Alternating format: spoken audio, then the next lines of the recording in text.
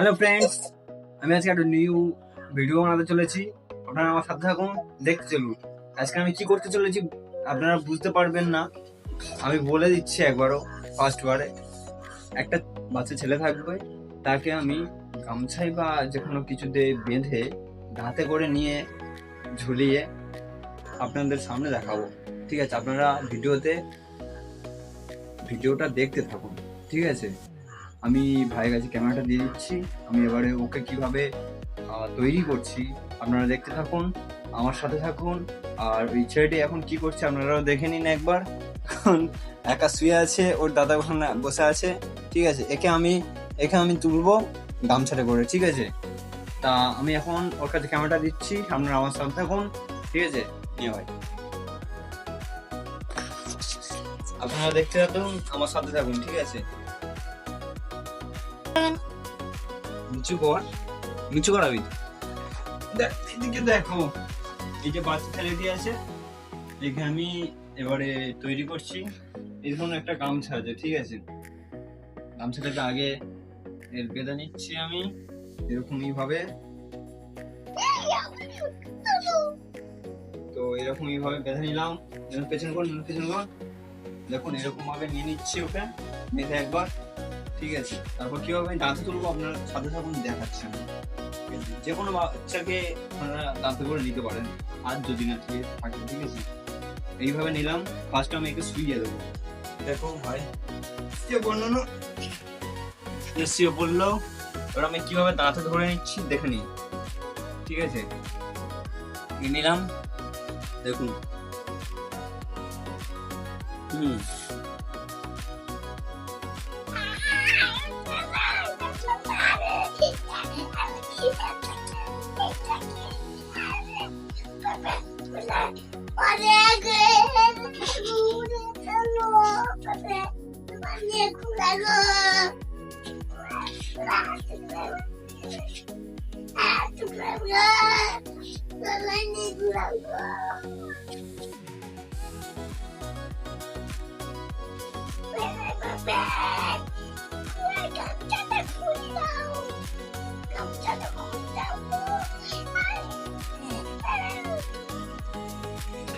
তা এই পর্যন্ত দেখলেন, কেমন লাগলো আপনাদের কমেন্টে জানাবেন। ঠিক আছে, এখানে এখন খুলে দিই। তো লাগছিল কি বলে দাও তো একবার, তো লাগছিল? লাগেনি তো? না বলো একবার। না, একবার লাগেনি। ঠিক আছে, এরকম ভাবে বাঁধতে বাচ্চাটা লাগে না, বদমাশি করছে। তা ওই জন্য আমি ভাবছি বসে বানানো বসবো। একে আমি তুলেছিলাম। তা আপনাদের কেমন ওপিনিয়ন এর বিষয়ে, দাঁতে করে কিভাবে নেবেন? আর আমি আরেকটা ইম্পর্টেন্ট কথা বলে দিচ্ছি, ক্যামেরাটা সামনে নিয়ে